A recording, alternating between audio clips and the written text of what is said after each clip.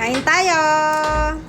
Hi guys! Dahil day off namin ngayon, bumili kami ng hipon, ng pusit, at saka ng crabs. So ayan, dito namin siya binili. Ayan, ng hipon, pusit, and then meron doon.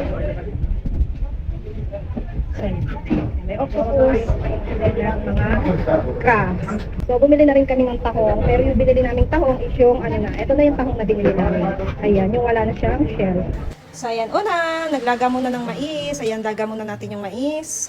So ayan guys, sinuhugasan na namin ang crabs, ang hipon, at ang pusit. Ayan, kailangan malinis na malinis kasi alam naman natin na malansa yan.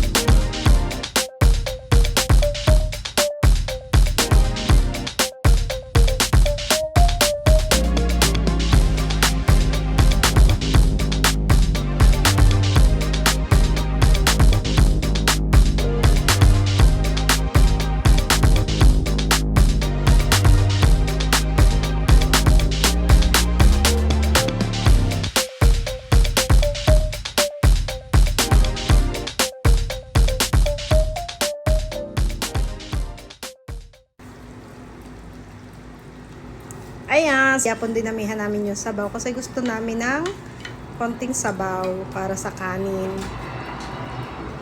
Mali ka na. Kain tayo!